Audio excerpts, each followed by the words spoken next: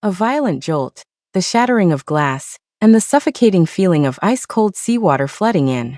I gasped, and my eyes flew open. There was no freezing water, no desperate struggle, just the bright sunlight streaming through the window and a sharp, incessant voice buzzing in my ear. "Mom, relax. This hurricane is definitely going to cause a huge storm surge, maybe even a small tsunami. That scenic lookout in Miami is the perfect spot. Once I get some up-close footage, it'll go viral. I'm going to be the next big storm chaser. Hitting 1 million followers is just around the corner." I stiffly turned my neck and saw my brother, Leo, waving his phone around. On the screen was his carefully curated collection of storm-chasing guides. His face was lit with a manic glow, a desperate craving for fame. And sitting across from him, our parents were watching their precious son with doting expressions. The scene was so familiar. This was the day before Leo started college, when he'd thrown a fit about wanting to go south to chase Hurricane Medusa and film the tsunami it was supposed to create. But wasn't I already dead? Abandoned by my parents and brother, without a second thought. Shoved out of the car to reduce its weight in the middle of a raging storm. "Autumn." My mom's voice broke through my thoughts. I turned my head and heard her laying out the plan. "Your brother has a long drive to Miami, and he has to lug all that camera equipment. It's too much for him. You're young and strong, so take some time off and go with us. You and your dad can take care of him, make sure he doesn't get tired. And when he's filming, you need to be smart and hold an umbrella over him, so he doesn't get wet and catch a cold." There it was again. The exact same words as last time. My dad nodded in agreement from the side. "That's right, Autumn. You should go. As his older sister, you need to do your part for your brother's grand ambitions. Think of it as a family vacation, all thanks to your brother." Leo, meanwhile, wore a smug look that said, "It's about time you figured that out." He even urged me impatiently, "Autumn, hurry up and book the tickets and the hotel. Get one closest to the scenic lookout. If you wait, they'll all be taken." Support and excitement for Leo's grand ambitions were written all over their faces. But for me, the person being ordered to go along and take care of him, there wasn't a single question. In their eyes, I was just the most convenient tool in the house, a brick to be moved wherever they needed one. It was even supposed to be my honor to serve Leo, the family's only son. I felt like I was right back on the day they abandoned me. The dark sky, the torrential storm, the car swaying violently, about to plunge into the sea. My dad's terrified screams, my mom's hysterical sobs, my brother's pale and completely stunned face, and then in that life or death moment, my dad's decision. "The car's too heavy, we're gonna get stuck. Quick, push Autumn out to lighten the load."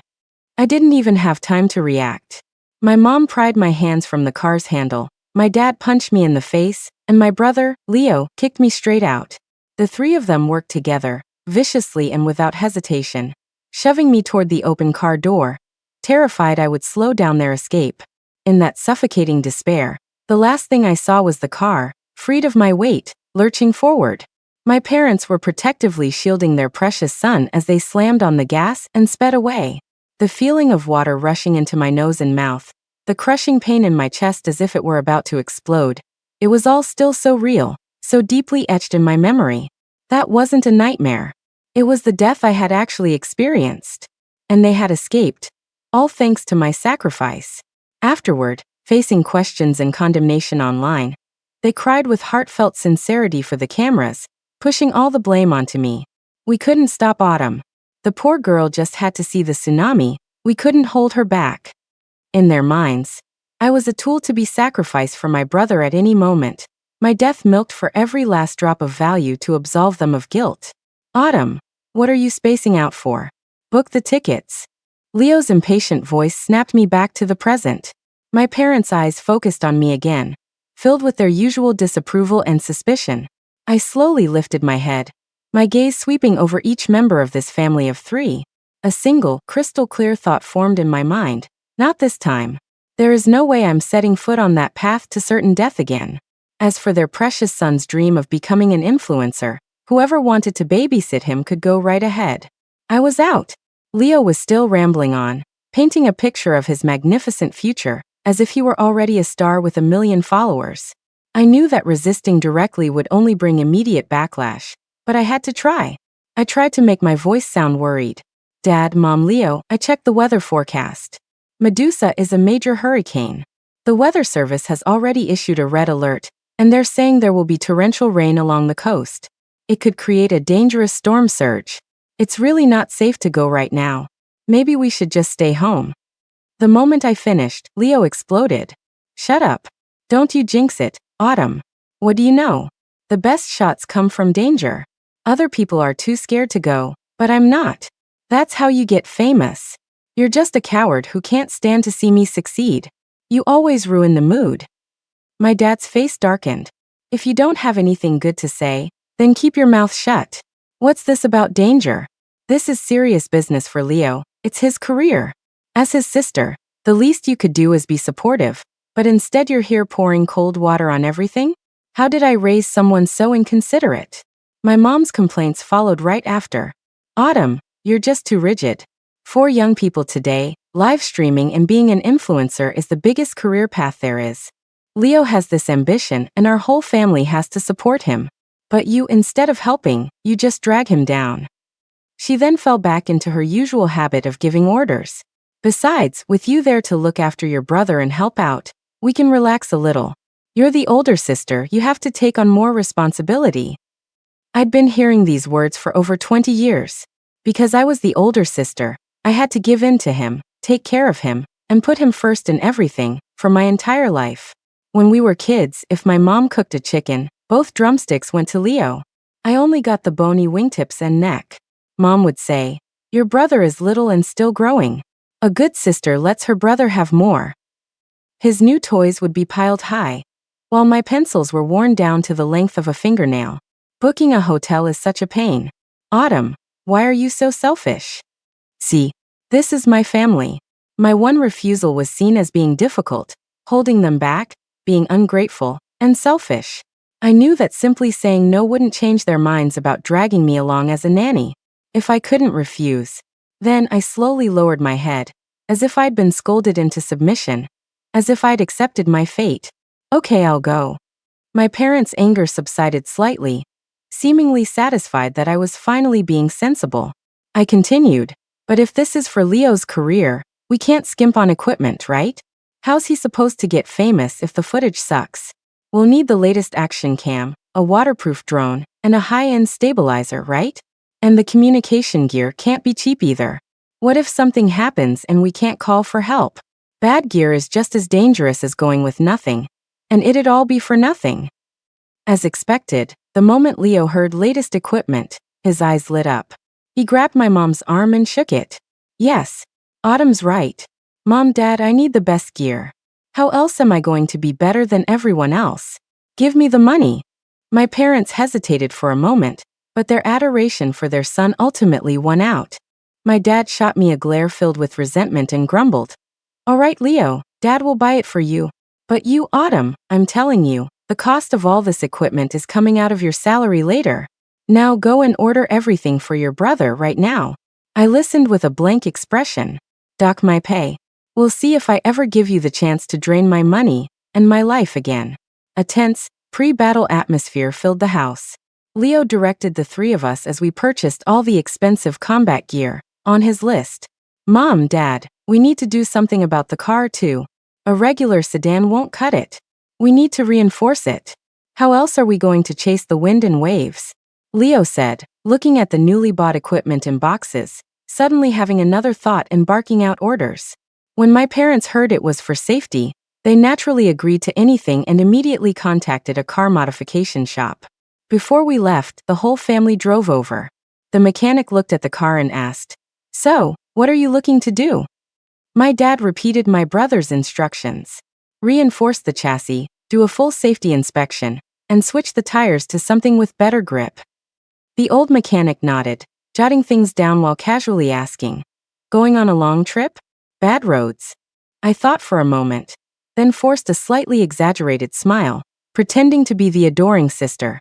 "Sir, you have to make it really sturdy for us. My brother is going to do something big. We're heading south to chase Hurricane Medusa. He's going to be a huge influencer. Once he gets that tsunami footage, he'll be an overnight sensation. He might even give your shop a shout-out." The old mechanic looked up, his brow furrowed tightly, his eyes filled with the kind of exasperation you reserve for idiots. After a long moment, he clicked his tongue and said flatly, "Chasing a hurricane? A tsunami? Are you people out of your minds? You think that's something you can play with? Haven't you seen the news? Every year, people go on these reckless adventures, and in the end, they just create more trouble for the rescue teams. Half the time, they end up dead." His words were blunt, and my parents' faces flushed with embarrassment. Leo shot back, "What do you know? No risk, no reward." The mechanic didn't bother arguing with him. He just shook his head and, while inspecting the car, muttered as if to himself, but also as a warning, "Some people just can't be reasoned with, always looking for a thrill. If you're dead set on this, you should at least buy some life insurance." The words life insurance struck my parents like a bolt of lightning. They had been so swept up in their son's grand dream that they hadn't considered the real danger, or perhaps subconsciously, they refused to believe anything bad would happen. Now that an outsider had bluntly pointed out the fatal risks, the fear they had deliberately ignored finally surfaced. My mom thought for a moment. "Honey, the mechanic has a point." My dad made up his mind. "We'll buy it. We have to. Just for peace of mind." While the mechanic worked on the car, they immediately started discussing what kind of policy to get, and for how much.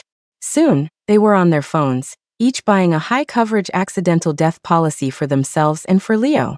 When it came to filling out the beneficiary, my parents didn't hesitate to write down Leo's name.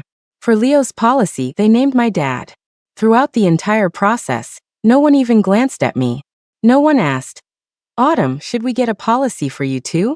Only after the 3 digital policies were issued did they finally breathe a sigh of relief. Soon after, my mom reminded me impatiently, "Autumn, what are you standing there for? Go buy one for yourself. You don't expect us to pay for it, do you? Hurry up, and make Leo the beneficiary. If, and I'm just saying if, something happens to you, at least you'll have made one last contribution to your brother as his sister." She said it so matter-of-factly. I silently took out my phone. My fingertips mechanically tapped the screen as I paid for my own death insurance. In the beneficiary field, I once again typed Leo's name. With our expensive gear in tow, the family set off. The farther south we drove, the more overcast the sky became. By the time we reached Miami, the wind was already howling, whipping cold raindrops against the car windows. Leo was so excited he was practically dancing. Here it comes, here it comes. This is the feeling. The calm before the storm. The next day, the wind and rain intensified as predicted. We struggled to drive the car to the scenic lookout my brother was obsessed with. The terrain was elevated, directly facing the main island. Below, the waves churned with a deafening roar. "Quick, Autumn, get out and see how big the waves are. See if they've reached the road or if any whirlpools are forming. Find a good angle and film it for me." Leo commanded from the warm, dry back seat like a general. My mom chimed in. "Go on, Autumn. What are you waiting for? Can't you see your brother needs footage? Take the umbrella so you don't get the equipment wet." My dad also urged me on with a frown. "Hurry up, don't waste time." I picked up the umbrella, which seemed incredibly fragile in the gale, and the expensive camera, and silently pushed the car door open. Whoosh! The wind instantly slammed into me, carrying a deluge of rain. The umbrella immediately blew inside out. I stumbled, clutching the camera, and trudged toward the edge of the lookout, one deep step after another. The waves crashed below, but they were nowhere near tsunami level. I raised the camera and carefully filmed the turbulent sea. When I had enough footage, I turned and walked back to the car. I pulled open the door, only to be met with their disgust and complaints. "What took you so long? You're so slow." Leo impatiently snatched the camera and began reviewing the footage. My mom frowned at my dripping clothes and soaked hair, clucking her tongue. "Ugh, look at you, you're soaking wet. You're getting water all over the car and making the blankets damp. You're completely useless." I didn't say a word, just lowered my eyes. My brother, while scrolling through the video, complained, "These waves are nothing. They look big, but they're not even close to shore.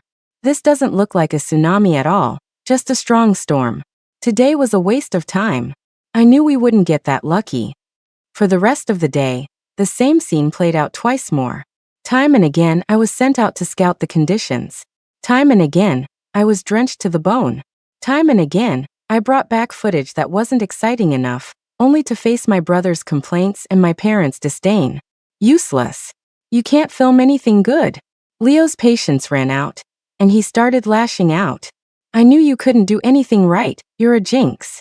On the third day, the storm was still raging, but the tsunami he envisioned never materialized. Seeing their precious son's growing frustration and impatience, my parents started to get restless and doubtful. Leo, my mom began tentatively, the wind and rain are pretty strong, but it seems like this is it. Why don't we watch for a bit today and then head back? It's miserable staying here. Go back. Leo exploded like a firecracker. Go back where? I bought all this equipment for nothing? We modified the car for nothing? We bought insurance for nothing? I've waited this long just to go back. No way. The hurricane is supposed to make landfall today. It'll be at its strongest. Leaving now would be stupid. What do you know? Such a woman's opinion. Stop bothering me. He roared, his face contorted with rage. My dad was about to lose his temper, but then he thought of his son's fanatical dedication to his career, the money they'd invested, and his future. The flicker of annoyance was suppressed and redirected at my mom. This was your stupid idea. Buying insurance was bad luck. My mom, yelled at and chastised, didn't dare say another word and just shrank back into her seat. I'd been getting soaked in the rain for days, and of course, it wasn't an accident. I needed to reinforce the illusion that the weather wasn't that bad. I needed to successfully get away tomorrow, and let them drive to their deaths on their own. For 3 consecutive days, I acted as a human camera stand in the wind and rain. Each time I returned to the car, I was as wet as if I'd taken a cold shower. That evening, I quietly went into the bathroom and turned on the cold water. My teeth chattered, and goosebumps rose on my skin, but this cold was nothing, not even a fraction of what I'd felt drowning in the sea after they pushed me from the car. The hurricane would make landfall tomorrow. I had to use this self-inflicted method to get myself out of the picture. Sure enough, late that night, my throat felt like it was being scraped with sandpaper. It was dry and excruciatingly painful. My forehead was burning, but my body shivered with chills. I tried to sit up but was hit by a wave of dizziness and fell heavily back onto the bed. Every cough I let out sent a sharp pain through my chest. The noise woke my mom in the next bed. She impatiently turned on the light and saw my flushed face and listless state. Her first reaction wasn't concern, but a deep frown. What's going on? It's the middle of the night, you're so loud. We have to get up early tomorrow. I struggled to breathe, my voice hoarse. Mom, I think I have a fever. I have no strength. She rolled over and cursed. If you have a fever, drink more hot water. Stop coughing, you look like you're about to die. You're disturbing my sleep. The next day, the storm's intensity was clearly different from the previous days. Early in the morning, my dad and brother were also woken up by the noise. When my brother heard I had a cold and fever, he covered his nose and mouth in disgust and backed away. A cold? Stay away from me. What if I catch it?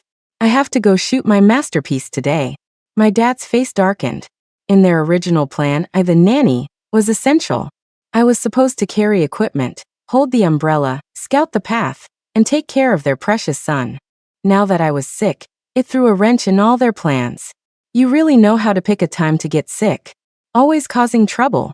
My dad reached out to feel my forehead, probably to see if I was faking, but the searing heat startled him.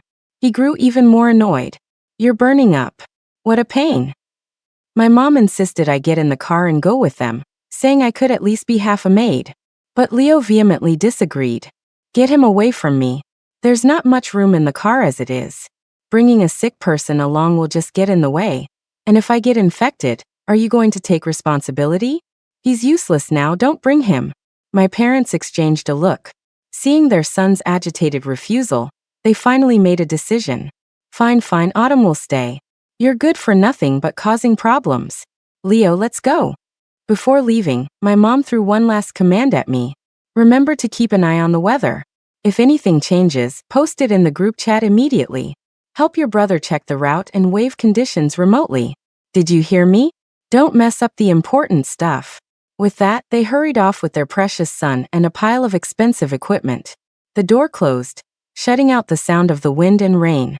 I forced my heavy eyelids open and, staggering, went out as well. I needed a more convincing performance. I made my way to the nearest pharmacy. When I walked in, my face was as pale as a sheet, my clothes were soaked, my breathing was rapid, and I was coughing my lungs out. Under the astonished gaze of the on-duty clerk, I weakly pointed at the cold and fever medicine. "Please, I need these." Just as the clerk turned to get the medicine, my body swayed, and I collapsed onto the cold floor with a thud. "Oh my God. Miss, what's wrong with you?" The clerk was terrified. She and her colleagues scrambled to help me into a nearby chair, giving me hot water and taking my temperature.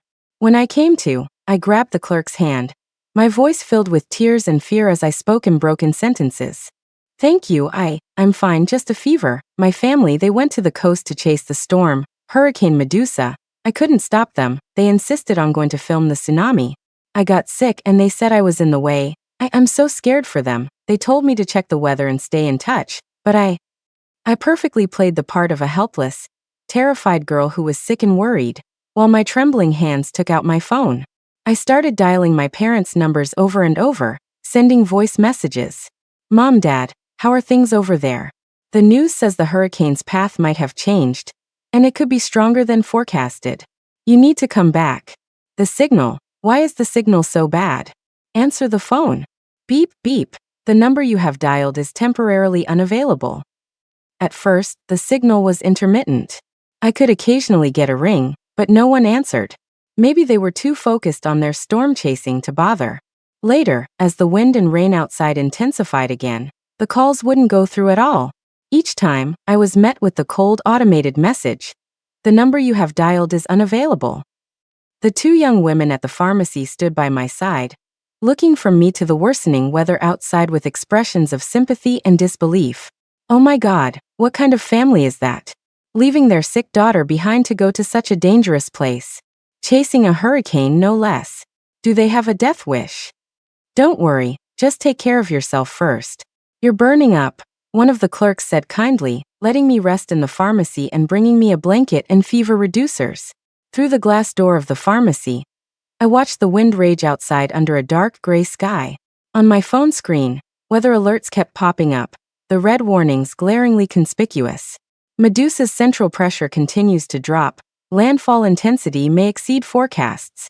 Storm surge area expanding. Low-lying coastal areas are in extreme danger. I spent that night in the pharmacy, drifting in and out of consciousness from the fever and chills.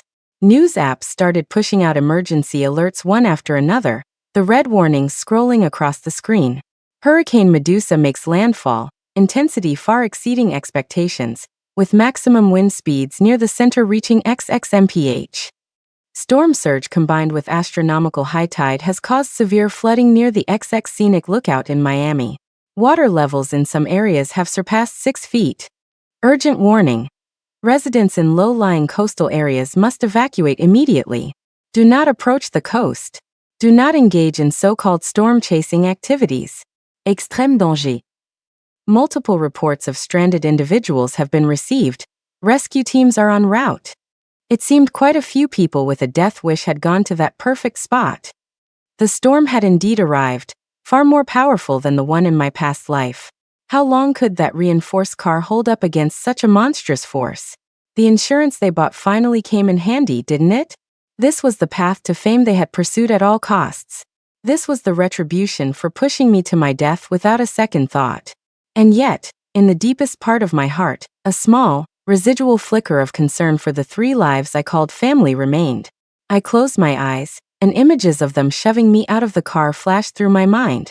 This time, I wasn't in the car with them. Without me to slow them down, with the car lighter, what would their end be? I told myself their fate was their own choice. It was what they deserved. The high fever and the fierce battle within my soul left me exhausted. I drifted into a restless sleep, repeatedly jolted awake by nightmares of monstrous waves and the twisted, terrified faces of my parents and brother. The next day, the storm finally subsided, but the sky remained overcast. I thanked the pharmacy clerks and dragged my heavy body back to the hotel. I took out my phone and logged into all my social media accounts.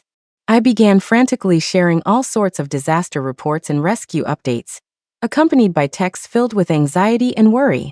Help! Has anyone near the Miami Scenic Lookout seen a white SUV with license plate XXXX? My family went there yesterday morning, and I haven't been able to reach them since. Please share. Their phones won't go through, I'm going crazy. Dad, Mom, Leo, you have to be okay. Please, if anyone in the area has any information, please contact me. I would be eternally grateful. Haven't slept all night. My heart is breaking. I carefully chose an angle and took a selfie showing my pale, haggard face and red-rimmed eyes, with the messy hotel room in the background, further solidifying my image as a victim's family member. I even contacted a few local micro-influencers and forum moderators who had previously followed Leo's Storm Chaser announcement posts, tearfully begging them to help spread the missing person information. After all that, I dialed 911. With a trembling voice and jumbled words, I reported my family missing, providing the car model and license plate number. Then all I could do was wait.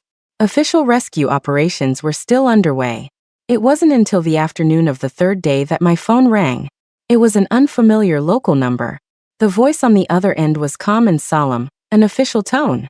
They confirmed that rescue workers had recovered a severely damaged and submerged SUV near the infamous Scenic Lookout in the storm's core area.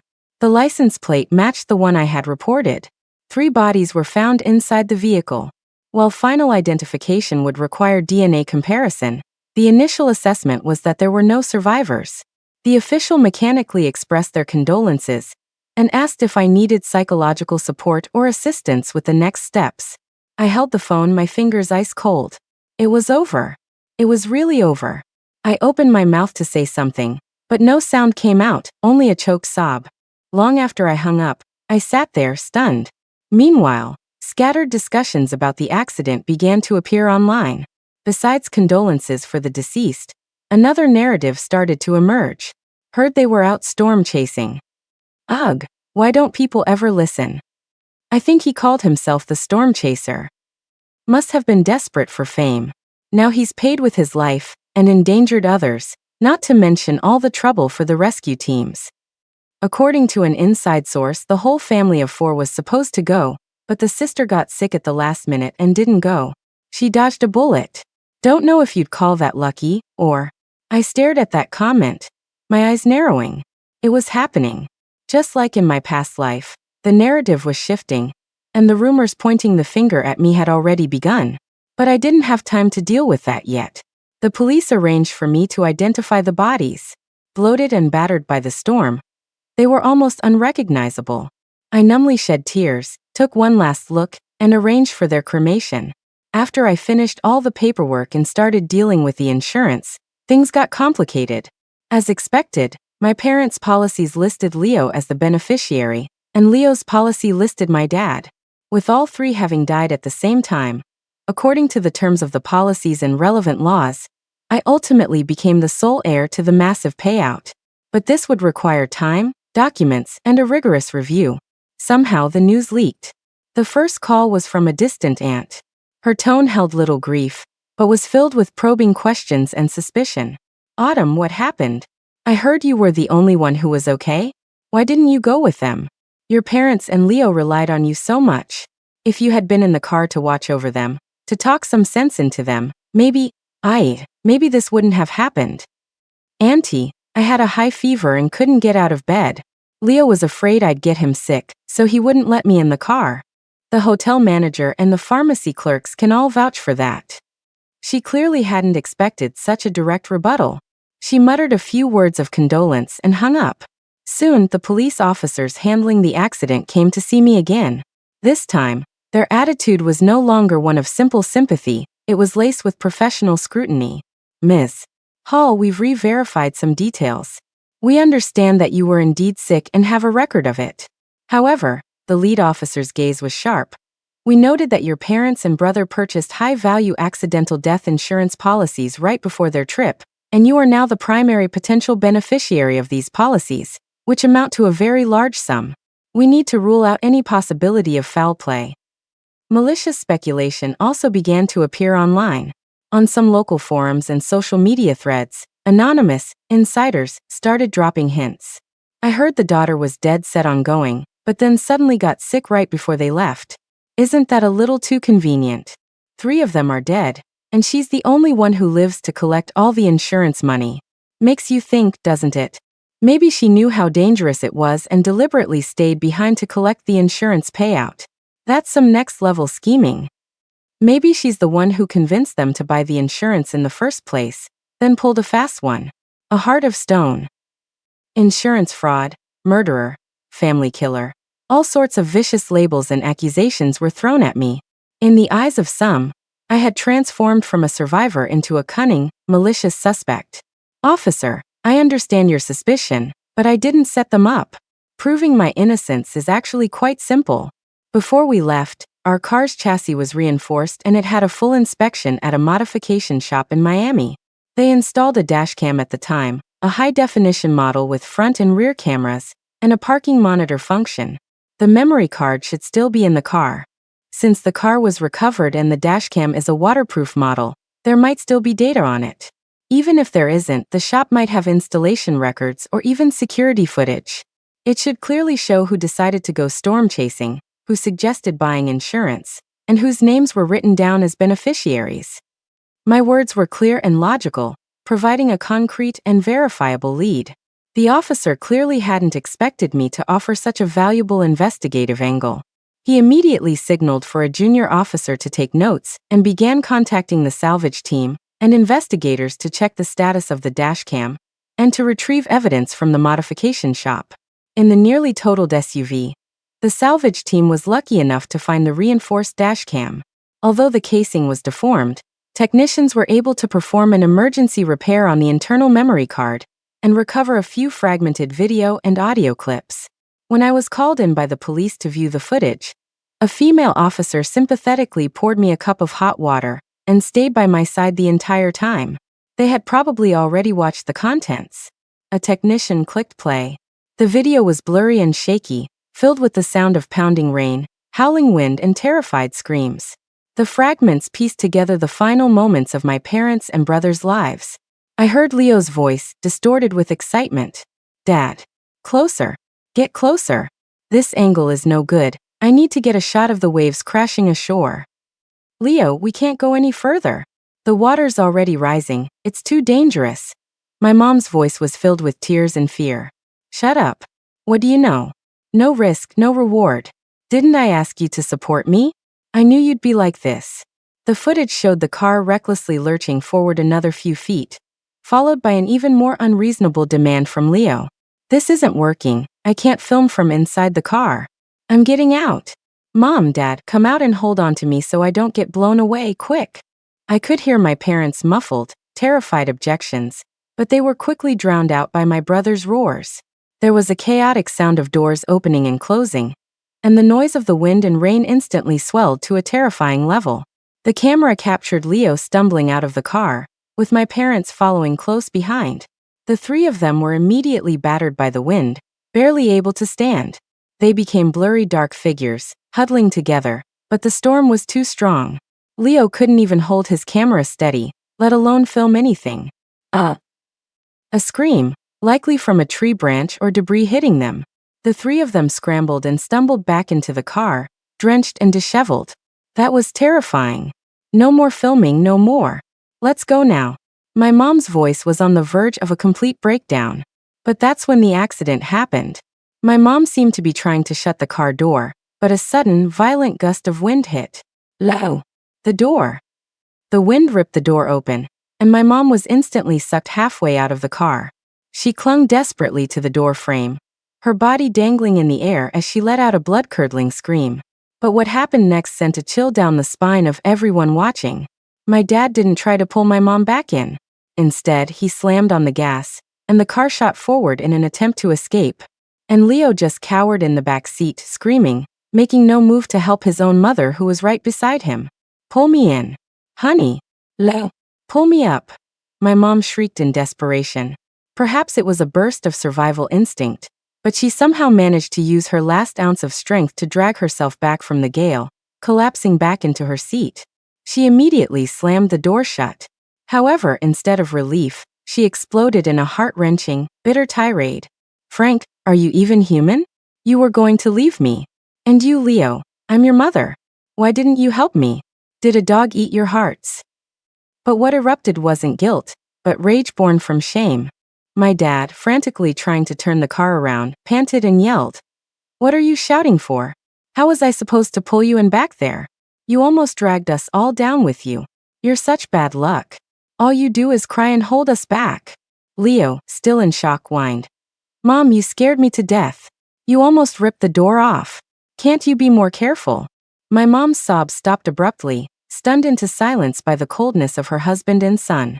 Just then, the car finally turned around and tried to speed toward the relative safety of inland. But it was too late. A more terrifying sound, like a freight train, came roaring from the side. The video feed spun violently, tumbling over and over, filled with the family's final, soul-tearing screams of terror and curses. Ah. It's all Autumn's fault, that jinx. If she were in the car, the extra weight would have kept us from flipping. It's all her fault she didn't come. I'll never forgive her. When we get back, we're going to deal with that damn girl.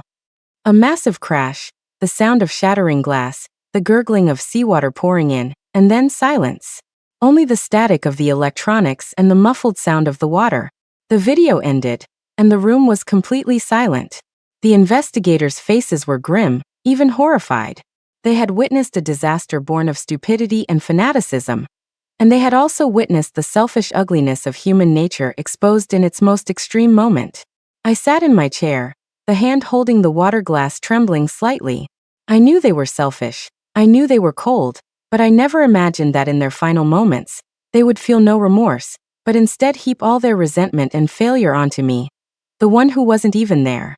Those last venomous curses, "I'll never forgive her," shattered the last shred of guilt left in my heart. I looked at the investigators. "Now, do you still think I set them up?" The truth from the dashcam flipped public opinion in an instant. The voices that had questioned and vilified me were silenced by the cold, hard facts, and people began to marvel at the madness and selfishness of my family. More and more evidence began to surface. Leo's so-called buddies, eager to ride the wave of this massive story, scrambled to post their chat logs with him online. In the chats, Leo fanatically described his storm-chasing plans, dismissed his family's concerns, and even bragged about how easily he had persuaded his parents and how his useless sister had been left behind. The messages were filled with a disregard for danger and a desperate thirst for fame, cementing him as the sole architect of the expedition. The old mechanic from the auto shop also contacted the media to confirm what had happened that day. He recalled it clearly. That family only had eyes for their son.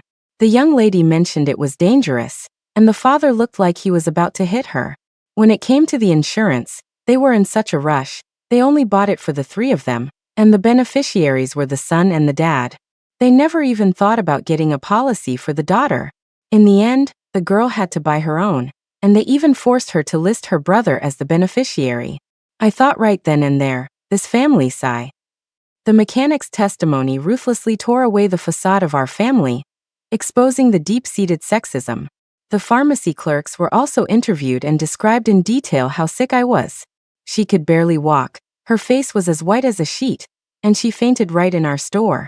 She was shivering and kept trying to call her family to warn them about the danger, but the calls wouldn't go through. It was heartbreaking to watch. How could she have the energy to harm anyone? Even my boss and a few close friends came forward to vouch for my character. Autumn is a diligent worker with a gentle personality. She's always the one to give in and take the high road. I heard she gives her family 80% of her salary every month, and often talked about saving up to buy her brother a house. We told her to think about herself for once, but she would just shake her head and say she had no choice. She is absolutely not the kind of malicious person they're making her out to be. Piece by piece, the chain of evidence clicked into place, and I was completely transformed from a suspect into a widely pitied victim. In the end, after all the legal procedures, the massive insurance payout was transferred to my account. I stared at the long string of numbers, feeling nothing. This money, bought with the lives of my closest relatives and my 2 lifetimes of suffering, I didn't want a single cent of it. I contacted a reputable charity, signed an agreement, and used all the money to establish a special scholarship fund dedicated to helping girls who face difficulties in their education due to their gender or family circumstances. The distant relatives who had been planning to show up and claim a piece of the pie were stunned. The phone calls immediately started pouring in, their tone shifting from fake sympathy to naked resentment. They accused me of giving away money that rightfully belonged to the family, calling me an ungrateful wolf. I hated him for a lifetime, and resented him for a lifetime, only to die full of regret. This time, I wanted nothing more to do with Caleb. I wanted us to be worlds apart, never to meet again. July 13th is my 18th birthday. On that day, I'll tell him in front of everyone that I'm not getting engaged to him, that he's free. 15 days to go. As I stepped out of the internet cafe, I got a text from Caleb. Out with friends, might be back late. Cover for me? Maybe tell my dad I'm staying at your place? Caleb and I were childhood sweethearts. His dad and my dad served together. His mom and my mom were best friends and colleagues. I'd lived with his family for 3 years. I called his mom Mrs. Lee. She treated me better than she treated her own son. I had a secret crush on him, but he was in love with Sandra. I had originally planned to bury my feelings and just be his little sister for the rest of my life. But on the night after our final exams, Caleb took me to a bar. I got drunk, and when I went to the bathroom, 2 men assaulted me. If Caleb hadn't come looking for me after I was gone for so long, I don't know what would have happened. I felt so deeply violated by the assault that I almost killed myself. Mrs. Lee was terrified and felt it was Caleb's fault for not protecting me. So she forced him to agree to an engagement. Out of guilt, Caleb promised that as soon as we got our college acceptance letters, we would have an engagement party. Sandra couldn't accept the fact that Caleb was getting engaged and made a huge scene. Caleb used every excuse he could find to go and comfort her. In my past life, Caleb was truly, madly in love with Sandra. He would have given up anything for her, his principles, his future, his conscience. The more I clung to him, the more I lost, and the more I lost, the more I refused to let go. I used every method at my disposal to fight them, wanting them to suffer as much as I did. In the end, Mrs. Lee, who had been like a mother to me, cut off all contact. The 2 sons I had worked so hard to raise grew to despise me. I heard them with my own ears. Mom's life is so miserable. She might as well die and let Dad be with Aunt Sandra. It's been 30 years. They've had it so hard. This time, I won't be the villain who tears them apart, and I don't want those 2 ungrateful sons either. I'll let them have their happiness, and I'll finally let myself go.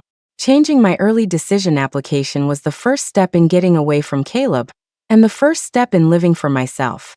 In my past life, to be with Caleb, I gave up my dream school, Georgia Tech, and went with him to his top choice, West Point. The fully militarized environment was far stricter than a police academy, with more training and longer hours. I was physically and mentally exhausted, utterly miserable. What made it even worse was watching Caleb and Sandra flirt right in front of me. I was furious, but I didn't dare call them out, because I was the third wheel. Later, when Sandra was suddenly expelled, Caleb thought I was behind it, and never looked at me with anything but contempt again. After college, Caleb kept delaying our wedding, right up until he received Sandra's wedding invitation. To make Caleb give up, Sandra hastily married a good-for-nothing rich kid. Heartbroken, Caleb walked through our wedding like a zombie. After we were married, Caleb avoided me, sometimes not coming home for years at a time. When I went to visit him at the base, he would rather cover shifts for his comrades than spend time with me in our apartment. Mrs. Lee called me every day asking if I was pregnant yet, and even sent me a set of lingerie. To please Caleb, and to give Mrs. Lee a grandchild sooner, I shamefully wore it and went to the duty office bed.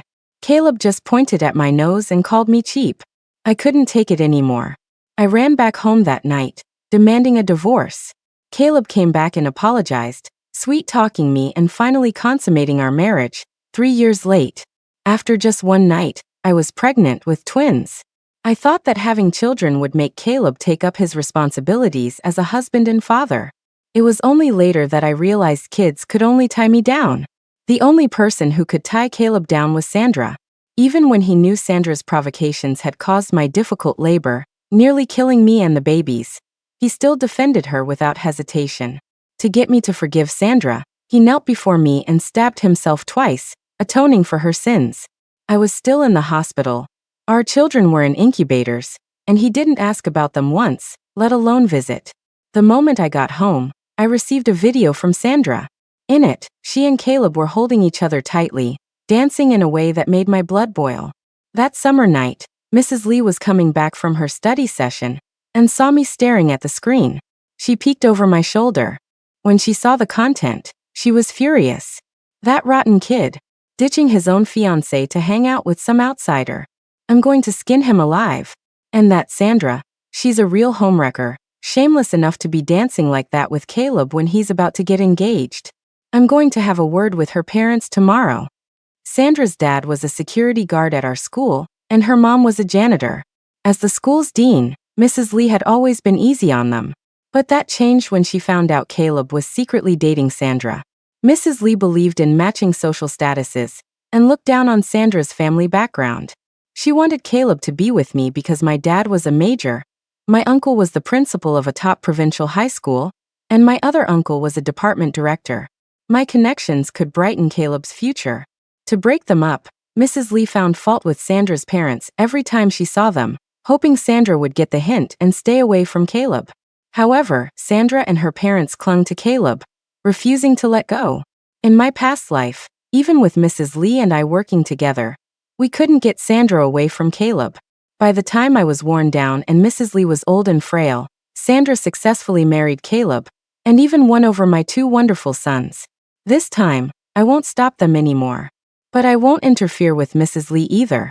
If Sandra wants to be Caleb's wife, she'll have to get past Mrs. Lee first. Mrs. Lee had only one way of punishing Caleb, beating him with a stick. One strike, one bloody welt. It was brutal. I thought Caleb would be mad at me for tattling and ignore me, but he actually came to apologize. I'm sorry, I let you get the wrong idea. Sandra and I were just dancing. We didn't do anything else, I promise. I know my position. I won't do anything out of line. He sounded so sincere. If I hadn't spotted the hickey on his neck, I might have believed his bullshit. He's always been a liar. When we were kids, he used all sorts of little tricks on me, making me cry, laugh, and throw tantrums for him. But I never thought he was a bad brother, because he spoiled me.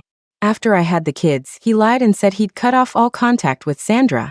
I took our two sons to the base to celebrate his birthday, only to find Sandra and her daughter in his room, along with a house full of women's products.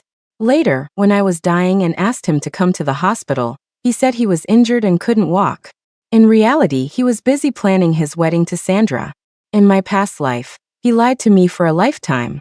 This time, I won't believe a single word he says. As long as I don't believe him, he can never fool me. I waved my hand dismissively. You don't have to explain. I have no right to interfere with your freedom. Your mom was right next to me when Sandra sent me the video. I didn't tattle. He just has bad luck. Flaunting your relationship is asking for trouble. If she hadn't deliberately tried to provoke me and assert her dominance, she wouldn't have been humiliated by Mrs. Lee. Caleb gave a bitter smile. How could you not have the right to interfere? As soon as we get our acceptance letters, we're getting engaged. Once we're engaged, I'm your man. At your service, ready to dedicate my life to you, until death do us part. That won't happen. I won't be getting an acceptance letter from West Point, and I certainly won't be getting engaged to you. You don't have to feel so wronged, and you don't have to force yourself to humor me. Just 14 more days. Hang in there. Caleb pressed. What's in 14 days? Oh, so he even forgot my birthday. I pushed Caleb out of my room. The day you get your freedom back, I'll make it happen for you. After submitting my application, it was time to prepare for the military physical exam. Under Mrs. Lee's strict supervision, Caleb didn't sneak out to see Sandra again. But his heart wasn't in it. He was glued to his phone all day, either on calls or video chats. Mrs. Lee caught him once and beat him, even handing me the stick so I could get a few hits in to vent my anger. I couldn't be bothered to waste my time and energy on it. Forget it. Caleb thought I couldn't bear to hit him, and was quite touched. Don't worry, I'm just chatting with her like a friend, nothing more. I know I'm engaged. I won't mess around. What's an engagement? Even a marriage certificate couldn't stop him from secretly seeing Sandra. I mumbled a vague response. I was already exhausted from running, long jumping, and doing sit-ups every day, not to mention studying for the psychological test. I really didn't have the energy to care who he was being flirty with. Caleb was worried that Sandra wouldn't pass the interview and asked if I could pull any strings. If I wanted to, I could, but why would I bother my relatives for someone I disliked? No. Aren't you the one who's always about fairness and justice? Are you going to make an exception for Sandra? Caleb was not happy with my answer, but didn't say anything. After that, he stopped talking to me. I was already used to his coldness and indifference, so it didn't bother me much. Mrs. Lee thought we were just stressed out and didn't think much of it. She just kept making us delicious meals every day. On the day of the physical exam, Caleb picked a rose from the garden early in the morning. Mrs. Lee smiled. The boy's finally getting a clue. He knows to get you flowers. I didn't tell Mrs. Lee that the rose was for Sandra, not me. The moment we met, Sandra slapped me across the face. You're vicious. Stealing Caleb wasn't enough. You had to get Mrs. Lee to fire my parents too. Sandra's parents were fired? Looks like Mrs. Lee was really angry this time. But what did that have to do with me? Sandra didn't dare confront her future mother-in-law, so she decided to take it out on me. If she thought I was a pushover, she had another thing coming. I raised my hand to slap her back, but Caleb stopped me. Her parents lost their jobs, and they're having a really hard time. Don't hold it against her. If you're really that angry, just hit me. Hit me as many times as you want. I laughed in disbelief. Her family's having a hard time, so she gets to slap me? Am I her punching bag? I asked Caleb. Who are you to apologize for her and take a beating in her place? Caleb finally remembered our engagement, and that as my fiancé, he should be defending me. But he still wouldn't let go of my hand. If it weren't for that incident, we wouldn't be getting engaged, and Mom wouldn't be targeting her parents. Autumn, Sandra's already going through enough. Can't you just be a little more understanding? In my past life, whenever Sandra and I argued at West Point, Caleb would always use those words to make me back down.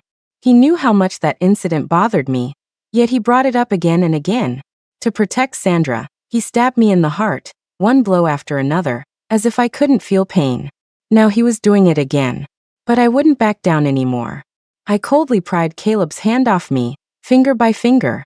Caleb, afraid I would make a scene and cause trouble for Sandra, begged me to forgive her in a low voice. Autumn, she didn't mean to hit you, she was just too upset. I took a deep breath and cut him off. How about I call the police right now? Caleb knew that if I called the police, Sandra would have no chance of making it to the interview. After a moment's hesitation, he stepped aside. I swung my hand at Sandra, but at the last second, Caleb couldn't bear to see her get hit. He pushed her aside and took the slap himself. I put all my strength into that slap, leaving a bright red handprint on Caleb's face. Sandra cried out, Caleb, why would you do that? She hit you. I'm going to get her back for you. Caleb stopped Sandra, his eyes red as he asked me, is that enough? Looking at their angry, wronged faces, you'd think I was the one being unreasonable. Whatever. Only 12 more days. I could endure it. Caleb was completely focused on Sandra, worried that her parents losing their jobs would affect her performance and cause her to fail the interview. He didn't even notice that I wasn't in the same testing room as them. During the physical fitness test, Caleb finally realized and asked if I had changed my application. I didn't want to talk to him, so I just gave a lazy nod. Caleb seemed a little angry. Why? I suddenly realized I couldn't handle a fully militarized environment, so I decided not to go. Caleb pressed me about which school I had put as my first choice. Telling him might make them happy and cause me less trouble. Georgia Tech. Caleb instinctively murmured, that's so far. Far away is good. That way I won't disturb your lovey-dovey life. I didn't say anything and walked past him. As I was going down the stairs, a hand pushed me from behind. Although I managed to grab the railing in time, I still twisted my ankle. It wasn't serious, but it would definitely affect my physical test results. Sandra sneered, you almost made me fail my interview, so I'm going to make you fail your physical. I glanced at the security camera above and said nothing. The test was about to start, and I didn't have time to deal with Sandra. When the examiner learned that I had twisted my ankle, he moved my name to the end of the list and thoughtfully found someone to give me a massage. The first event was the 50-meter dash. It took me 15 seconds. I failed. There were 4 events in total. I had to pass the remaining 3, or I wouldn't get into an early decision program and would have to go through the regular admissions process. The examiner looked at me with concern. For the standing long jump, my first attempt was only 1.4 meters. It took me until the third try to barely pass. I passed the 800-meter run, and the sit-ups as well. The moment I left the testing center, I called the police. Sandra was arrested. Caleb was frantic. After getting nowhere with the police, he swallowed his pride and came to beg me. Autumn, can you forgive Sandra? She didn't do it on purpose. I asked Caleb if he had seen the security footage. If he had, there's no way he would have said that. Caleb knew deep down that Sandra had done it on purpose, but he still made excuses for her. She has some misunderstandings about you. I'll talk to her. I promise she'll never do anything to hurt you again. Sandra had always believed that the incident at the bar was something I had staged to break her and Caleb up. It was a scar for me, but they kept bringing it up. Now Caleb was bringing it up again. I flatly refused. Your promise is useless. You can't control her, and you don't have the heart to punish her.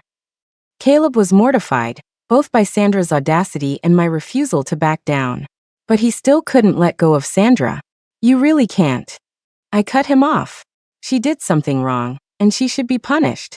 This is what she deserves. I won't forgive her. In my past life, I was too weak, always unable to be ruthless. That's why Sandra walked all over me, time and time again. This time, I was going to make sure she learned her lesson. I turned to go back to my room, but Caleb grabbed my arm and pleaded in a low voice. If I cash in on the last 10 years of being good to you and ask for a favor, would you do this for me? For the past 10 years, Caleb had been really good to me. He protected me like a big brother, gave in to me, took the blame for me, and fought for me.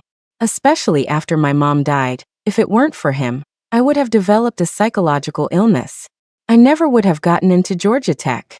It was because of all the good he had done for me that I couldn't let go of him in my past life, always hoping he would come back to me. I didn't have a mom or dad to rely on, no siblings to keep me company. I only had him. Back then, I didn't know that once a man has a woman in his heart, he has no room for his childhood friend. This life, we would have no more contact. It was time to repay that debt. Remember what you said. From now on, we owe each other nothing. Seeing my resolute tone, Caleb looked a little panicked and wanted to say more. I just shook him off and closed the door. Unable to get me to open the door, Caleb sent me an apology text. Autumn, I'm sorry. I made you sad again. See, he knows everything, yet he still defends Sandra without hesitation. An apology is meaningless. You're just following your heart. Anyway, I don't love you anymore. 6 more days of heartache. I'll get over it. After Sandra was released, she didn't just fail to back down, she became even more provocative and insulting. You're just a parasite living off someone else's charity. Who do you think you are? Calling the police? Did that do any good? Don't you know Caleb's dad is a military officer? He has connections. Can you stop shamelessly clinging to Caleb? Even if you do, how long will it last? Once we're at West Point, we won't be back for a year at a time. Will you even see him? Mrs. Lee can protect you, but she can't come to the school and drag Caleb back. Caleb doesn't even like you. How could he fall in love with you just because of some responsibility forced on him? He's not going to get engaged to you, and he's definitely not going to marry you, so just give up. I was busy picking out a dress for my coming-of-age party, and didn't really want to deal with Sandra, but I couldn't stand her arrogant, foolish act, so I decided to give her a little reality check. Did Caleb never tell you? My dad is also a major, same rank as his dad. My uncle is a principal, and my other uncle is a department director. If I wanted to crush you, Caleb couldn't save you. You think Caleb pulled some strings to get you out? No. He begged me to forgive you and promised it would never happen again, and that's the only reason I agreed. If I hadn't, you wouldn't get into West Point, or any other school that requires a background check. Got it? Sandra didn't believe I had such a strong background. Keep bragging. In 3 years of high school, who's ever seen your dad? When has the principal ever done you any favors? And is a department director that big of a deal? You're just a homeless, pitiful wretch, freeloading off the Lee family. The word homeless stung. Even though my family was well connected and I had a lot of people to support me, I didn't have a home. My dad was a workaholic and rarely came home. The last time I saw him was at my mom's funeral, over 3 years ago. My uncles were busy with their own work and families, and no one had time for me. Ever since my mom died in a car crash, I had been living with the Lees. For 3 years, Mrs. Lee had treated me like her own daughter, and I had always thought of her as my own mother. It wasn't until I was reborn and remembered all her accusations and coldness after Caleb and I had our falling out that I could no longer be close to her like before. Every day living in the Lee house was torment. 3 more days. The day before my birthday, my aunt called. I've been thinking about this, and I feel like I should tell you. There's been a new development in your assault case. In my past life, I avoided this topic like the plague. The moment I heard the word assault, I would fly into a rage and not let my aunt continue. Now that I'd moved on, I wanted to hear what was so important that she couldn't sleep. According to the 2 men who assaulted you, it was likely incited by Lisa Lee. They were already drunk, and someone directed them to you. Based on their descriptions and the bartenders, that person was most likely Lisa Lee. None of the nearby cameras caught her face, so there's no proof she was at the bar, and certainly no evidence that she was the one who told them to assault you. That's why your uncle and I never told you. Just keep it in mind, and don't tell anyone. After hanging up, I was stunned for a long time.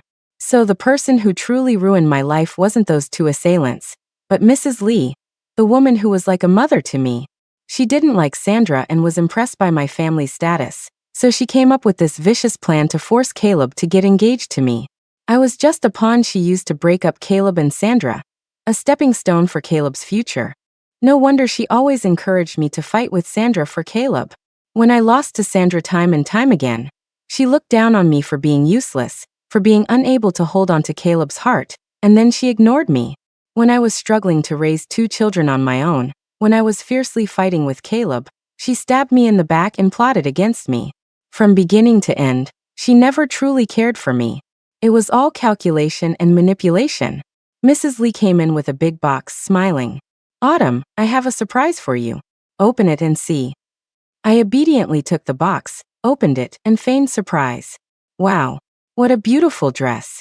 Thank you, Mrs. Lee. Mrs. Lee held the dress up to me, looking more and more pleased. How about you wear this dress on your engagement day? Okay. I'll wear this dress to my engagement with Caleb. I'll give this dress to Sandra, and let her be your daughter-in-law. That should be interesting. You ruined my life, so I'll make sure you never have a moment of peace either. I took Mrs. Lee's arm and smiled. Mrs. Lee, tomorrow I have a surprise for you too. My coming-of-age party was held at the most luxurious hotel in the city. There weren't many guests, just my parents' closest friends and relatives, and Mrs. Lee and Caleb. Mrs. Lee was all smiles, chatting with my relatives, while Caleb awkwardly greeted my uncles. A waiter came in and asked, Miss Pan, there's a young lady outside named Sandra. She says you invited her. Should I let her in? At the name Sandra, Caleb flinched and shot me an angry look. But Mrs. Lee's lips curved into a satisfied smile, and she gave me an approving glance. My aunt sneered and glanced at Caleb. Is that the same Sandra who pushed you and almost made you fail your physical? I smiled and nodded, telling the waiter to let Sandra in. Caleb tried to stop it, but the waiter ignored him. Sandra was wearing the same white dress she wore when she danced with Caleb. She had makeup on and her hair was in a pretty braid. She was beautiful and confident. She stood proudly at the door, but when she saw me surrounded by everyone, the light in her eyes dimmed. When Cinderella crashes the prince's ball, there's not just surprise, but also a sense of inadequacy. Caleb immediately went to her, using his body to shield her from the probing gazes of others. He was so considerate. I remembered when he used to be like that with me. What are you doing here? Caleb's eyes were full of worry. Autumn Pan told me to come. She said you were going to propose to her today. Caleb, can you please not propose to her? I really like you. I know I'm not as good as Autumn, but I really like you. Sandra's voice trailed off. She had just turned 18 herself, and seeing my birthday party, she understood the gap between us. If she were Caleb, she would choose me and give up on her. She gripped Caleb's hand tightly, like a drowning person clinging to a piece of driftwood. Seeing that I wasn't making a move, Mrs. Lee grew impatient. Autumn, what did you invite her here for? As if suddenly remembering, I had the waiter go upstairs to our room and bring down a large box, which I handed to Sandra. This is the engagement dress Mrs. Lee got for her future daughter-in-law. Try it on and see if it fits. Sandra took the box with both hands and looked at Mrs. Lee in surprise. Auntie, you're letting Caleb get engaged to me, and you even got me a dress? Caleb looked at me in a panic. He had just managed to convince himself to give up Sandra and get engaged to me. He had been tormented for so long, only for me to suddenly call off the engagement. Not only was I not marrying him, but I had also arranged this whole ugly daughter-in-law meets the parents drama, forcing his mom to accept Sandra in public. He finally understood what I meant by, "I'll make it happen for you." The panic in Caleb's eyes grew. I spoke before he could. "Do you like the surprise? I've been preparing it for half a month." "Caleb, this time you don't have to say you're sorry, and you don't have to say thank you, because my intentions are anything but good." Mrs. Lee panicked and snatched the dress back from Sandra. "In your dreams? You think you're worthy? This is the dress I got for Autumn." "Autumn, didn't I tell you yesterday? This is your dress, for you to wear on your engagement day. How could you misunderstand me like that?" She was the one who misunderstood. I had accepted the dress, but I never said I would wear it. She gave me a surprise, so naturally, I had to give her one in return. I took the dress from Mrs. Lee and handed it back to Sandra. Caleb is in love with Sandra, so naturally, the one he gets engaged to should be Sandra. "Mrs. Lee, you shouldn't try to break them up. Love conquers all. You should trust that they will support each other and become better people." I also gave Sandra the 4-leaf clover bracelet Caleb had given me for my birthday. "This is a bracelet Caleb bought. Try it on." Caleb and Mrs. Lee were completely stunned. "Autumn." Caleb reached for me, but I gracefully dodged him and gave a dazed Sandra a little push. "Go change into the dress. If it doesn't fit, Mrs. Lee can have it altered." Sandra thanked me joyfully and went with the waiter, holding the dress. Mrs. Lee tried to stop her. "Stop. That's not yours, you can't touch it." My aunt pulled Mrs. Lee aside to reason with her. "You can't force happiness. This girl seems nice, she'll probably be successful one day." Mrs. Lee blurted out, "She's a security guard's daughter. What makes her worthy of my son? If you like her so much, why don't you let her marry your son?" My aunt threw up her hands. "He doesn't like my son. Besides, my son already has a girlfriend, a prosecutor. She's a real go-getter." Mrs. Lee grew even angrier. She pinched Caleb hard a couple of times and pushed him in front of me. "Caleb, you need to make things clear with Autumn. Now, you like her, not Sandra. Go on." How could Caleb say he liked me in front of Sandra? He couldn't bear to let her suffer even a little. At the same time, he was well aware of how many times he had hurt me to protect Sandra, even using up the goodwill between us. What right did he have to say he liked me now? Even if he did, I wouldn't believe him. Caleb looked at me with a complicated expression, a mix of regret and remorse. Just as he was about to speak, Sandra ran toward him. "Caleb, this dress fits perfectly. Do I look pretty?" Caleb nodded, but his eyes were still on me. Sandra wasn't satisfied with his half-hearted response and lightly tapped his chest. "You didn't even look at me. Don't you want to get engaged to me?" Caleb didn't answer, his gaze still fixed on me. He hadn't looked at me so intently in a long time. Whenever Sandra was around, his eyes would always drift toward her. Now that I was leaving, he suddenly couldn't let me go. Hearing the word engagement, Mrs. Lee went crazy again. If my aunt hadn't held her back, she would have torn Sandra to shreds. Having been outsmarted by me, Mrs. Lee brought up my assault in front of everyone. It was all Caleb's fault, taking you to a bar but not protecting you, letting you get scared like that. Are you okay now? Everyone knew that was a sore subject for me. In the 3 days after it happened, I was like a madwoman, not eating or sleeping, just making a scene day and night. My aunts and uncles couldn't calm me down. Only Caleb could get me to sleep peacefully. When Mrs. Lee suggested Caleb and I get engaged, no one objected.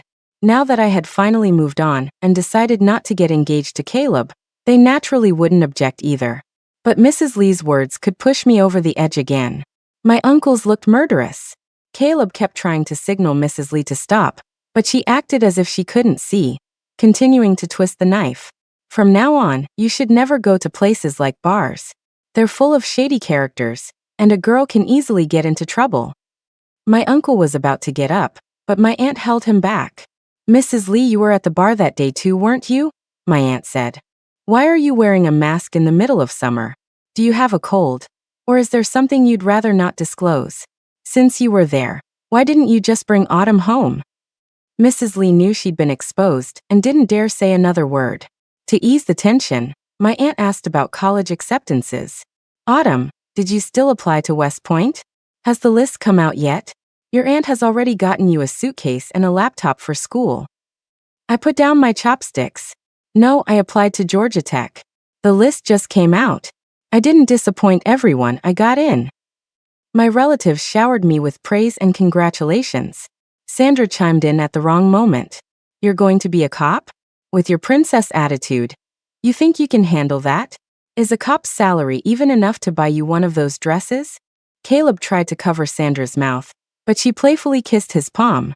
Such an intimate gesture might be sweet and exciting in private, but in public, it just looked cheap. Caleb blushed and couldn't even lift his head. I responded calmly. Someone like me is actually perfect for law enforcement.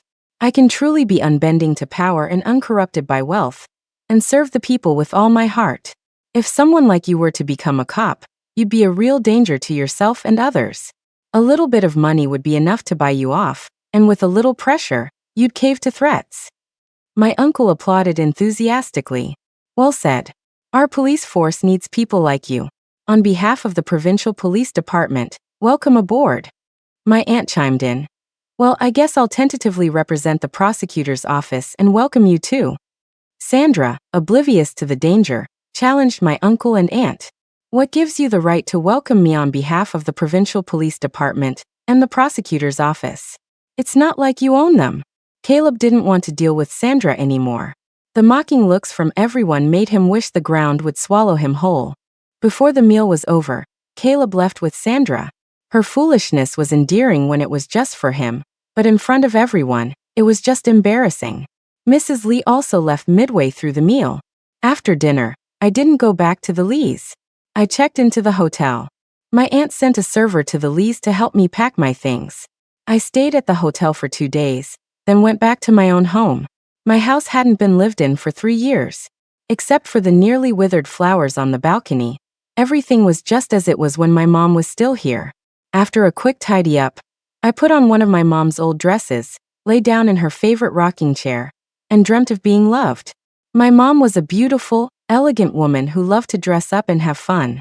She spoiled me rotten, giving me whatever I wanted. She said that since I grew up without a father around and was a sensitive girl, she had to give me lots and lots of love, so I could grow up healthy. But before I could grow up, she was gone. After I got my acceptance letter, I took a picture of it and sent it to my dad. I wanted to see him, but I didn't know if it was a good time. I never heard back from my dad, but I did get an apology from Caleb. Otem, I'm sorry. When you and Sandra argued, I always protected her and ignored you. I don't love her, and I never thought about getting engaged to her.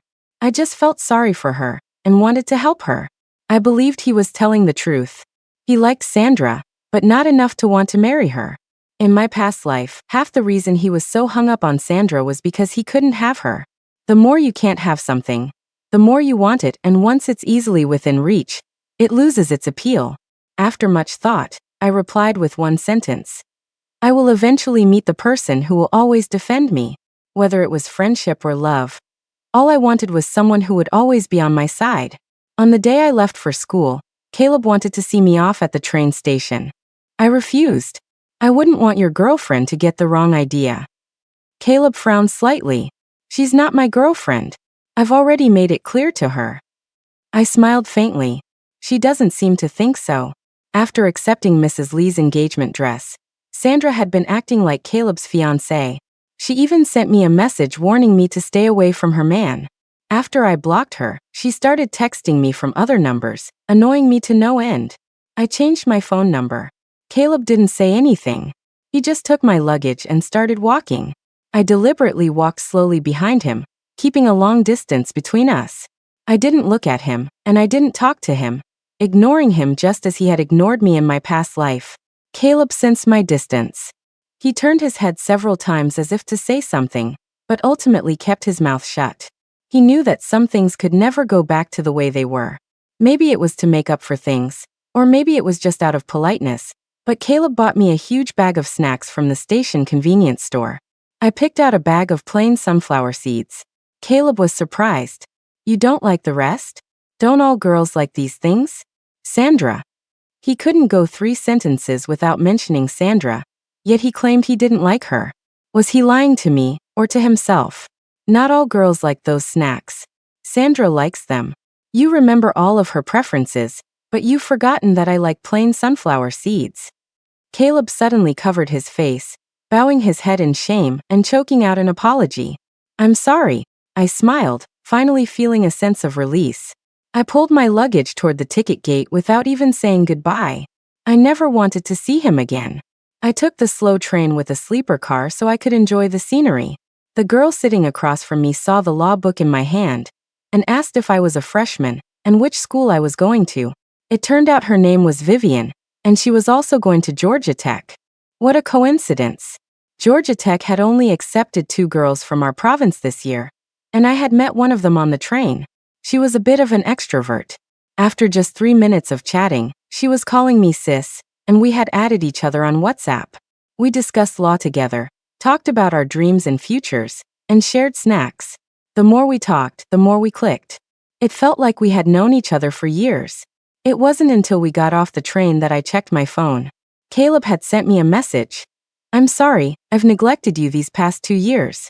How can I make it up to you? Not 2 years, 30 years. And I don't need you to make it up to me.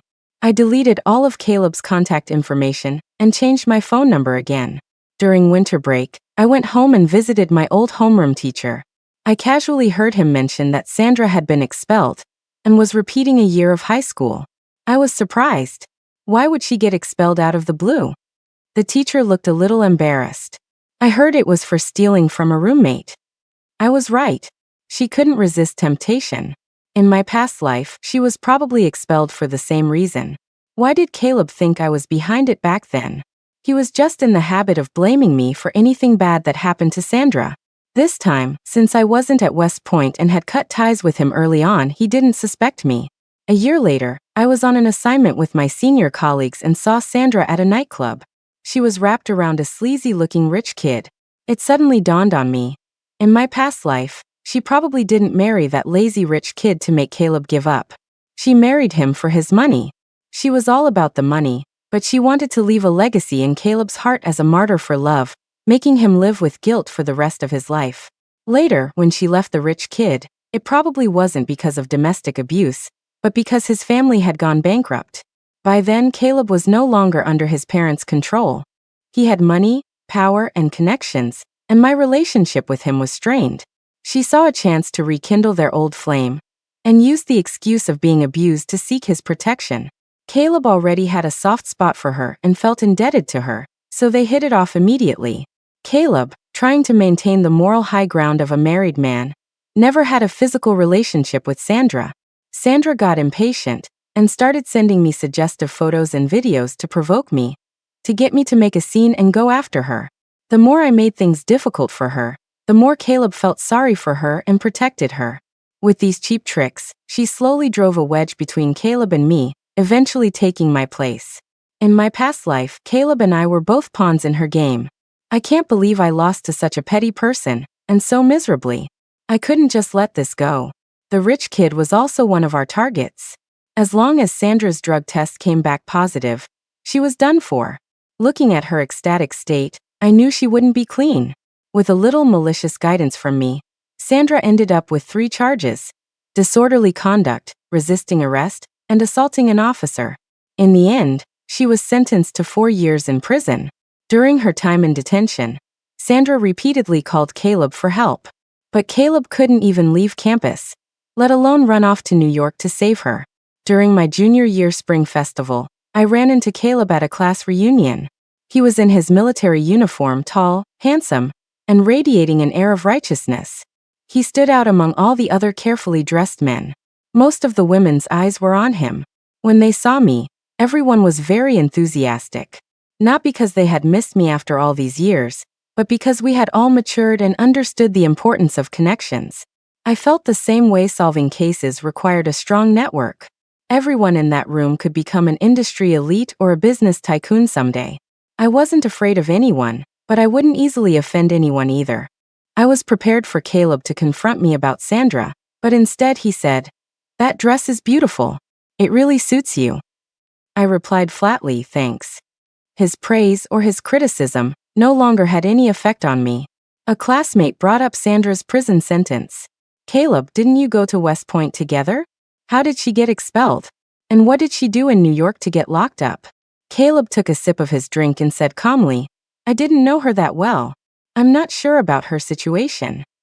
One sentence, didn't know her that well.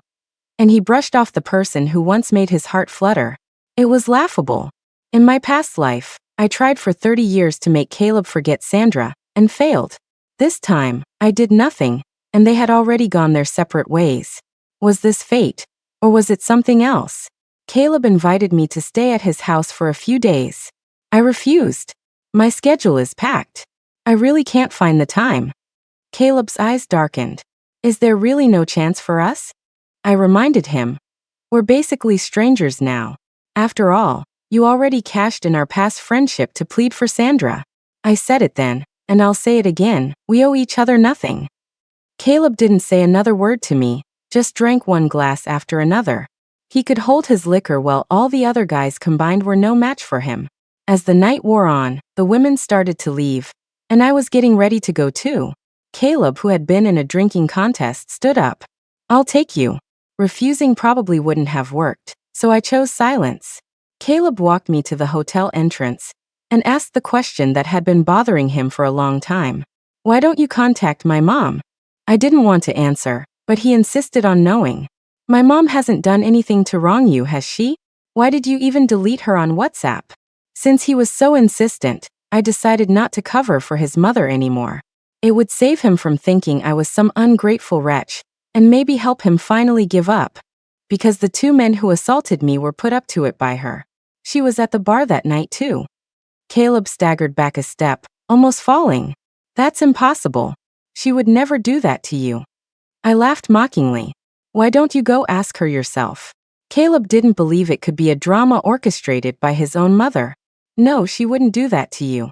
She always treated you like her own daughter. I shot back. If she didn't have a guilty conscience, why hasn't she contacted me in 3 years? Sandra was always telling you that I staged it myself, and you believed her, didn't you? Why don't you believe it was your mom who staged it now? Caleb couldn't look at me. He was guilty. He really had suspected me. He would rather believe Sandra's slander than trust my character. Any last lingering feeling I had for him vanished. You should go. I don't want to see you again. After Caleb left, I immediately called Vivian and we planned a trip for that night. Caleb tried calling me from 3 different numbers, but I blocked them all. After graduating from college, Vivian and I started working at the provincial department. On our first day, we were handed a huge stack of matchmaking profiles.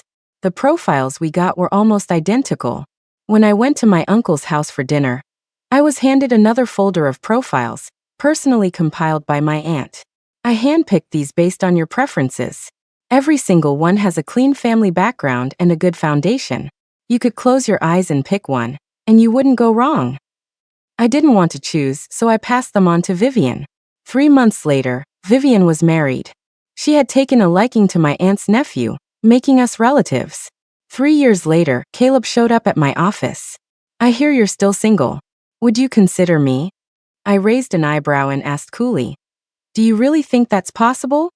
Caleb gave a bitter smile. I knew you'd say that. It's okay, I'll wait until you're not angry anymore. I've already applied for a transfer. I'll be moving here in 3 months. I want to buy a place here. Do you have any recommendations? No. I'm very busy. Please see yourself out. After Caleb left, I applied for an external transfer. By the time Caleb had bought his house and came looking for me at the department, I was already gone. When I was 30, Caleb tracked me down again. Autumn, I know you're not married yet. Can you really not consider me? I haven't had a single female friend all these years. I've been waiting for you. I knew. Whenever I ran into old high school classmates, they would mention Caleb, saying how successful and brilliant he was. I didn't regret it. He hadn't met the right person, but I had never been waiting for him. I wasn't married not because I didn't have options, but because I believe in being single and child-free. I have a boyfriend. Caleb was stunned, then he laughed. Autumn, don't joke around. I know you. You're a very traditional woman. If you really had someone you liked, you wouldn't have stayed single this long. A handsome, well-built man in a bathrobe emerged from the bedroom. Honey, who's this? A colleague or a new neighbor? Caleb's eyes immediately fell on the telltale red marks on the man's chest. He stared at me in disbelief. I shrugged and asked Caleb, "Want to come in for a cup of tea?" Caleb fled. I closed the door, ready to go back to bed for a bit, but the man pinned me against it. "Was that your ex? Here to get you back." I slapped Chris on the forehead. "You better tone it down, or don't blame me for kicking you out, sister's boy or not. To put it nicely, you're my boyfriend. To put it bluntly, you're just my FWB. Don't meddle in my private life." Chris immediately dropped the domineering CEO act and started circling me like a puppy. "I know I was wrong, babe. I'll be a good boyfriend, I promise. Next time he comes, I'll be magnanimous and not embarrass you." After getting rid of Chris, the first thing I did was call Vivian to chew her out. "Did you give Caleb my address? How could you plot against me like that? You want to see him and your brother get into a fight? If you want to mess with your brother, you could have just told me. Why bother with an outsider?" Vivian sipped her coffee loudly, like a starving pig at a trough. "I just felt a little bad for him, seeing him looking for you everywhere, and finding no trace." "What? Did he come at a bad time? Did he interrupt you too?" I snorted. "Feel sorry for a man, be unlucky for a lifetime." Vivian sighed. "My poor brother. If I had known your heart was made of stone, I never would have introduced you to him. As if anyone's begging for him. You can find him a new soft-hearted goddess right now." Too late. My brother just called me to ask how he can defeat his romantic rival, without even having an official title. Another attempt to get me to marry her brother. As long as I didn't take the bait, no one could convince me to get married. And really, what's the difference? If you can be together for a lifetime, who needs a piece of paper? If the feelings change, a marriage certificate can't save anything. Isn't it better to be free and live as you please?